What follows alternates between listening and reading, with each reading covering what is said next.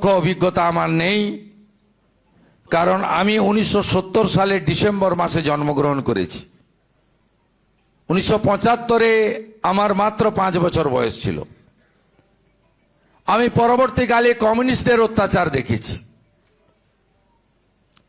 আমি পরবর্তীকালে কমিউনিস্টদের অত্যাচার দেখে তার বিরুদ্ধে লড়াই করেছি। তার পরবর্তী সময়ে সীমাহীন তোষণ, অত্যাচার এবং পশ্চিমবঙ্গকে কার্যত এই মহান ভারতবর্ষ থেকে বিচ্ছিন্ন করার এক অপচেষ্টা ডক্টর শ্যামাপ্রসাদ মুখার্জির সৃষ্টি এই বাঙালি হিন্দুর হোমল্যান্ড পশ্চিমবঙ্গে আমি দেখেছি। যারাই গণতন্ত্রকে ধ্বংস করেছে, যারাই গণতন্ত্রের বিপরীতে হেঁটেছে, যারাই for the people, by the people, of the people ভাষাকে পরিবর্তন করে for the party, by the party, of the party ব্যবস্থাতে রূপান্তরিত করেছে, তারা কেউ গণতন্ত্রে বেশি দিন টিকে থাকতে পারেনি।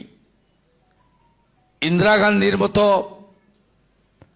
তৎকালীন প্রধানমন্ত্রী, যার হাতে বিপুল সংখ্যাগরিষ্ঠতা ছিল, তাকেও হারতে হয়েছে, তাকেও প্রাক্তন হতে হয়েছে। আর বর্তমান 15 বছরের রাজত্বকালে যিনি নিজেকে সর্বজ্ঞানী মনে করতেন, আমিত্বে বিশ্বাস করতেন, তার অহংবোধকেও বাংলার জাগ্রত জনগণ কিভাবে পরাভূত করেছে আপনারা আমরা সবাই সাক্ষী।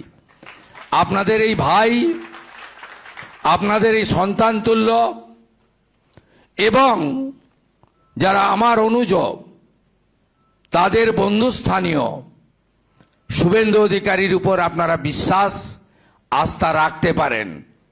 এই পশ্চিমবঙ্গের যে গণতান্ত্রিক ব্যবস্থার মধ্য দিয়ে একটু আগে সুনীল বাবু বলছিলেন লোকনায়ক জয়প্রকাশ নারায়ণের পরিবর্তনের কথা, আমি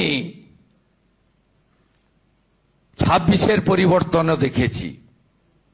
তাই মানুষের যে ভরসা আমাদের উপরে এসেছে, সেই ভরসাকে মর্যাদায় পরিণত করার দায়িত্ব বর্তমান সরকারের।